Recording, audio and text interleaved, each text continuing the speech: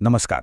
તહેવારો આવે એટલે ફટાકડાના રંગબેરંગી ચમકારા અને મોટા મોટા ધડાકા તો હોય જ, અને એ જોવાની મજા જ કંઈક અલગ છે, ખરું ને? પણ ક્યારે એવો વિચાર આવ્યો છે કે આ આગ સાથેની રમત પાછળનું સાયન્સ શું છે? કારણ કે જુઓ, ફટાકડા એટલે ખાલી ધુમાડો ને અવાજ નથી, એ તો કેમેસ્ટ્રી, ફિઝિક્સ અને હિસ્ટ્રીનું એકદમ જબરદસ્ત કોમ્બિનેશન છે. તો ચાલો આજે આ જાદુ પાછળનું આખું વિજ્ઞાન સમજીએ. ભારતમાં તો ખાસ કરીને દિવાળી જેવા તહેવારોમાં આખું આકાશ ફટાકડાના જોરદાર અવાજ અને ચમકતા રંગોથી જાણે જીવંત થઈ જાય છે. એ પ્રકાશના ફુવારા અને રંગબેરંગી તારાઓ જોવાનો રોમાંચ જ અલગ હોય છે. પણ શું ક્યારે વિચાર્યું છે કે આટલો અદ્ભુત નજારો સર્જાય છે કેવી રીતે? મતલબ, ફટાકડાની અંદર એવું તે શું હોય છે કે જે આટલો મોટો ધડાકો પણ કરે અને આટલા સરસ રંગીન ચમકારા પણ પેદા કરે? ચાલો આજે આપણે આ રહસ્યને જ ઉકેલીએ. તો આવીએ છીએ આપણા પહેલા વિભાગ પર, પાયરોટેકનિક્સ, એટલે કે ફટાકડા પાછળનું વિજ્ઞાન અને એની કળા. આ જે પાયરોટેકનિક્સ શબ્દ છે ને, એ બે ગ્રીક શબ્દો પરથી આવ્યો છે. પાયર, જેનો અર્થ થાય છે આગ, અને ટેકનિક્સ, જેનો અર્થ થાય છે કળા. એટલે કે આગની કળા. આ એક એવું વિજ્ઞાન છે જેમાં અમુક પદાર્થો રાસાયણિક પ્રક્રિયાઓ કરીને ગરમી, પ્રકાશ, ગેસ, ધુમાડો અને અવાજ આ બધું જ ઉત્પન્ન કરે છે. એમ સમજો કે એક નાનકડી દીવાસળીથી લઈને અવકાશમાં જતા રોકેટ બૂસ્ટર સુધી દરેક વસ્તુમાં પાયરોટેકનિક્સનો સિદ્ધાંત જ કામ કરે છે. હવે વાત કરીએ વિભાગ 2ની, બ્લેક પાવડરનો ઉદ્ભવ. આ પાયરોટેકનિક્સનો પાયો છે, ગન પાવડર, જેને બ્લેક પાવડર પણ કહેવાય છે. ચાલો એની ઐતિહાસિક સફર પર એક નજર કરીએ. આ બ્લેક પાવડરની સફર હજારો વર્ષ જૂની છે. કેટલાક લોકો માને છે કે એનું મૂળ ભારતમાં છે, કેમ કે 2000 વર્ષ જૂના ગ્રંથ શુક્રાંતિમાં એનો ઉલ્લેખ જોવા મળે છે. જો કે લગભગ 1000 વર્ષ પહેલાં ચીનમાં તેને એકદમ વ્યવસ્થિત રીતે વિકસાવવામાં આવ્યો. પણ સૌથી રસપ્રદ વાત તો 1242ની છે. એક અંગ્રેજ સાધુ હતા, રોજર બેકન. એમણે આ ફોર્મ્યુલા આખી દુનિયાને જણાવી, પણ એક સિક્રેટ કોડ ભાષામાં, જેથી એનો દુરુપયોગ ન થાય. ચાલો હવે આવીએ આપણા ત્રીજા વિભાગ પર, રંગોનું રસાયણશાસ્ત્ર. આખરે આ રંગબેરંગી ચમકારા પાછળની સિક્રેટ રેસિપી છે શું? તો આ સિક્રેટ રેસિપી એટલે કે બ્લેક પાવડરની જે ફોર્મ્યુલા છે ને, એ સદીઓથી જરા પણ બદલાઈ નથી. વિચાર તો કરો. એમાં હોય છે 75% પોટેશિયમ નાઇટ્રેટ, જે ઓક્સિજન પૂરું પાડે છે, પછી 15% કોલસો, જે બળતણનું કામ કરે છે, અને બાકીના 10% સલ્ફર, જે બળતણ અને સ્ટેબિલાઇઝર બંને છે. આ 75-15-10નો જે રેશિયો છે ને, એ એટલો પરફેક્ટ છે કે આજનો એડવાન્સ સાયન્સ પણ એમાં કોઈ સુધારો નથી કરી શક્યો. કમાલની વાત છે ને?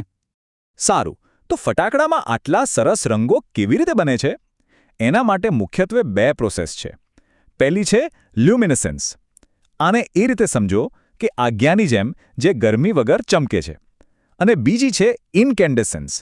જેમ કે લોખંડનો સળિયો હોય, એને ખૂબ ગરમ કરીએ તો એ લાલચોળ થઈને ચમકવા લાગે છે. બસ એ જ. ફટાકડામાં મોટે ભાગે આ બીજી રીતે જ વપરાય છે.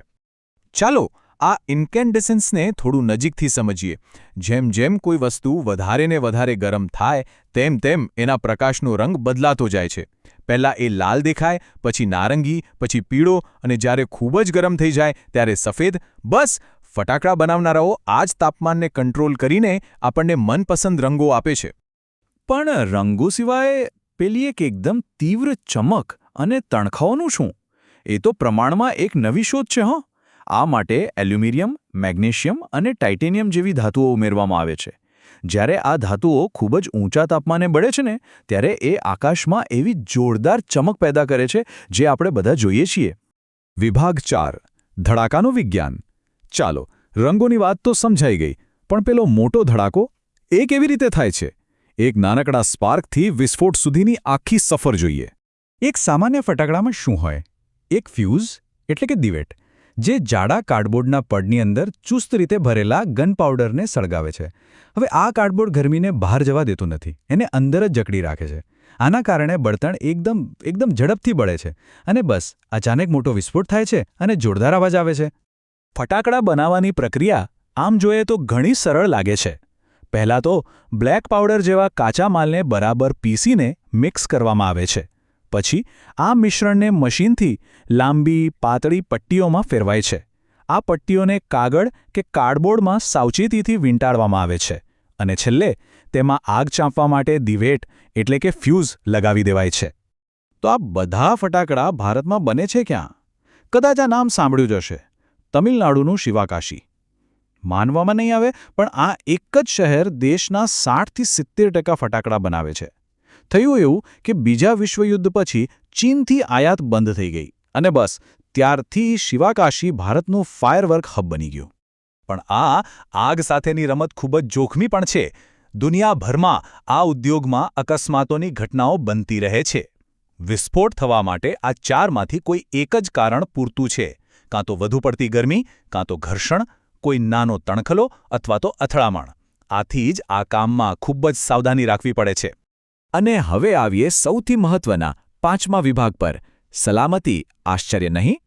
આટલું બધું જાણ્યા પછી સૌથી જરૂરી વાત છે સલામતી. કારણ કે આનંદ ત્યારે જ સાચો કહેવાય જ્યારે તે જવાબદારીપૂર્વક માણવામાં આવે. દુનિયાના ઘણા દેશોમાં સામાન્ય લોકોને ફટાકડા ફોડવાની પરવાનગી જ નથી. ત્યાં ફક્ત એક્સપર્ટ્સ દ્વારા મોટા પબ્લિક શોનું આયોજન થાય છે. પણ ભારતમાં સ્થિતિ અલગ છે. અહીં તો બાળકો પણ ફટાકડા ફોડી શકે છે. આનો સીધો અર્થ એ છે કે સલામતીની જવાબદારી સરકાર કે કોઈ નિષ્ણાતની નહીં પણ આપણી પોતાની બની જાય છે. તો ચાલો કેટલાક બહુ જ જરૂરી નિયમો યાદ કરી લઈએ. હંમેશા સેફ ડિસ્ટન્સ જાળવવો. ગેસ સિલિન્ડર કે હીટર જેવી આગ પકડી લે એવી વસ્તુઓથી તો સૌ દૂર રહેવું. લાંબા, ઢીલા કે નાયલોનના કપડાં તો બિલકુલ નહીં પહેરવાના. અને હા, ફટાકડા ખિસ્સામાં લઈને ફરવાની ભૂલ તો ક્યારેય ના કરતા. અને સૌથી ઇમ્પોર્ટન્ટ વાત, ઘરની અંદર ફટાકડા ફોડવાનો તો વિચાર પણ ના આવવો જોઈએ. ક્યારેય નહીં. અને હા, આ એક વાત ખાસ યાદ રાખજો. જો દુર્ભાગ્યે કોઈ દાઝી જાય તો તેના પર તેલ કે કોઈ મલમ લગાવવા જેવા ઘરગથ્થુ ઉપચારો કરવાની ભૂલ ન કરવી. આવું કંઈ પણ થાય તો સીધા જ ડૉક્ટર પાસે જવું. આ એક જીવન બચાવનારી સલાહ છે. તો હવે ફટાકડા પાછળનું વિજ્ઞાન, એનો ઇતિહાસ અને એના જોખમો બધું જ આપણે જાણીએ છીએ. આ વખતે જ્યારે આકાશમાં રંગબેરંગી ચમકારા જોવા મળે ત્યારે માત્ર ધડાકો અને રંગ જ નહીં પણ એની પાછળનું કેમિસ્ટ્રી અને પેલી સદીઓ જૂની ફોર્મ્યુલા પણ યાદ આવશે. તો આ નવા જ્ઞાન સાથે જવાબદારીપૂર્વક આનંદ માણજો અને સુરક્ષિત રહેજો.